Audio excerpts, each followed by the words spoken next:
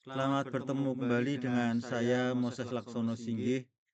Kalau ada yang perlu dijelaskan, silahkan menghubungi ke email saya. Kali ini saya akan menjelaskan perusahaan yang tahan goncangan dan agresif. Goncangan perusahaan bisa datang dari dalam perusahaan ataupun datang dari luar perusahaan. Karena itu, perusahaan perlu tahan menghadapi goncangan-goncangan itu, tetapi bukan hanya tahan menghadapi goncangan. Perusahaan juga perlu agresif sehingga bisa mengejar ketertinggalan dari perusahaan yang lain. Perusahaan membutuhkan dua pilar operasional yang bekerja secara simultan dan disiplin. Artinya bekerja bersama-sama, mungkin saat ini salah satu pilar dulu, yang berikutnya lagi pilar yang berikutnya, gitu ya. Itu yang perlu kita lakukan dan perlu disiplin. Artinya mana yang akan dilakukan itu perlu didefinisikan dengan baik dan tidak boleh rebutan. Dua pilar itu adalah, pertama adalah shock absorber atau peredam kejut. Fungsinya adalah melindungi atau menjaga stabilitas, menyerap risiko saat terjadi gangguan, baik internal maupun eksternal perusahaan. Kalau mobil ada shock breaker-nya dan shock breaker-nya itu bagus, maka meskipun mobil itu menghadapi goncangan, tetapi di dalam mobil orang tidak merasakan goncangan itu terlalu berat, gitu ya. Sebaliknya kalau peredam kejutnya ini tidak baik, goncangan yang diterima oleh mobil yang bersangkutan itu tersalurkan kepada orang yang naik mobilnya. Sebaliknya, mesinnya juga harus kuat. Ya, untuk apa? Untuk melakukan akselerasi, mendorong efisiensi, inovasi, peningkatan output secara berkelanjutan. Jadi keduanya perlu dilakukan dengan baik. Pilar pertama adalah shock absorber, menjaga ketahanan, memastikan roda produksi tidak berhenti saat badai datang. Perusahaan perlu memikirkan manajemen risiko, memiliki cadangan strategi stok material, bantalan finansial yang terukur, bagaikan cadangan substitusi energi saat harga global meningkat. Ya, ini terlalu besar juga tidak baik karena akan menjadi uang yang tertanam di perusahaan tidak dimanfaatkan. Maintenance excellence, perawatan preventif untuk mencegah mesin breakdown yang tidak terencana, menambal kebocoran sebelum terjadi krisis. Jadi kita harus mengantisipasi terjadinya hal yang tidak diinginkan.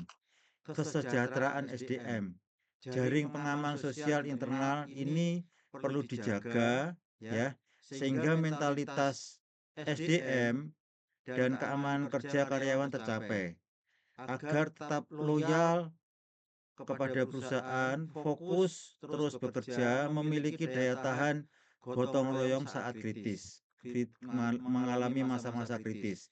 Misalnya ada perusahaan yang ini terjadi betul-betul, tetapi saya tidak bisa menyebutkan nama perusahaannya. Pada saat terjadi krisis keuangan, karyawannya rame-rame bersepakat bahwa mereka harus tetap kerja meskipun honornya dikurangi. Ya, pilar yang kedua adalah engine, memacu keunggulan, meningkatkan kecepatan, kualitas, dan dominasi operasional. Ini adalah kemampuan bersaing, ya. Continuous improvement, penerapan Lean dan Six Sigma untuk membuang pemborosan. Ya, itu harus dihilangkan.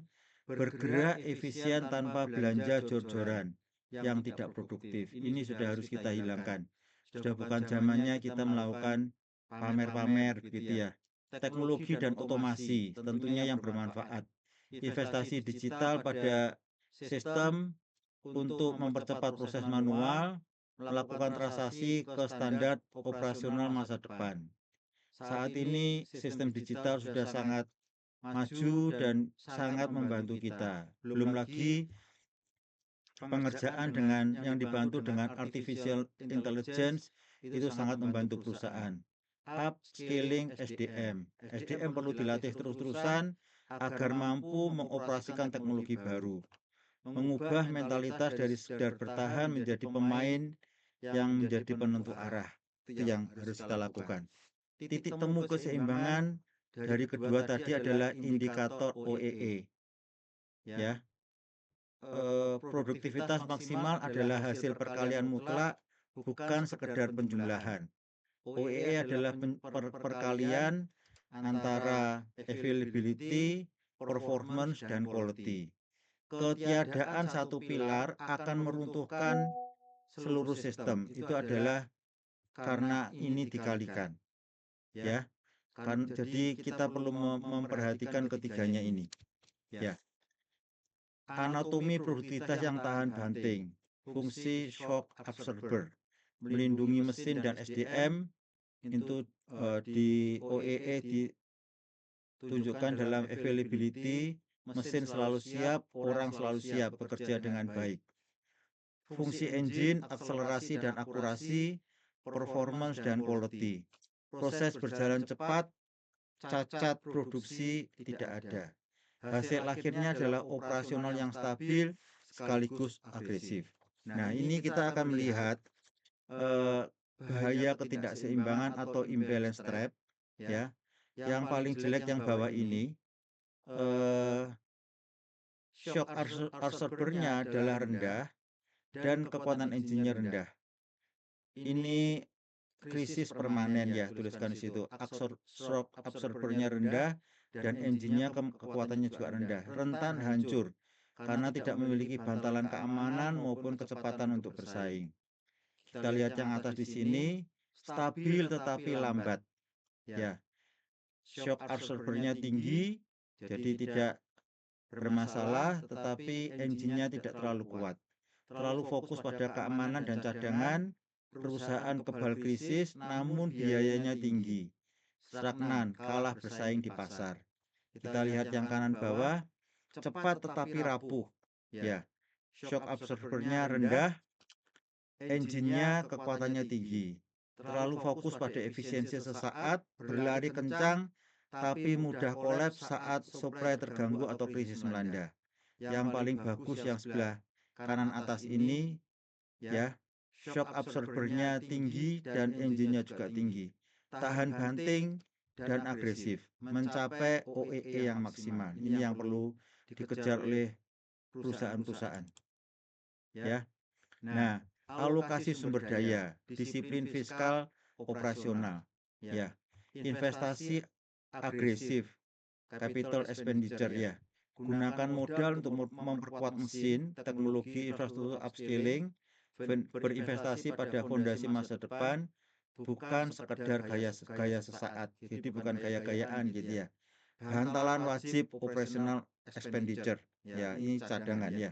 Sisihkan sumber daya secara disiplin sebagai peredam, preventive maintenance, stok pengaman, jaring kesejahteraan. Ini perlu diberikan pada karyawan supaya karyawan itu nyaman dan dia tidak bingung gitu ya. Jangan mengorbankan peredam demi mengejar metrik performa jangka pendek. Krisis selalu menghasilkan peluang bagi mereka yang memiliki bantalan. Ya. Jadi kalau kita harus punya bantalan ya. Oke. Akhirnya kekuatan operasional berasal dari ketenangan operasional yang hebat tidak ditandai dengan kepanikan, peredam kebakaran harian atau perombakan sistem yang bising di permukaan. Ya. Akhirnya saya bisa mengatakan bahwa jangan ribut, yang ribut belum tentu kuat. Yang diam dengan mesin dan peredam yang bekerja sempurna adalah penentu arah permainan. Terima kasih atas perhatian Bapak Ibu Saudara. Sampai bertemu pada YouTube saya berikutnya.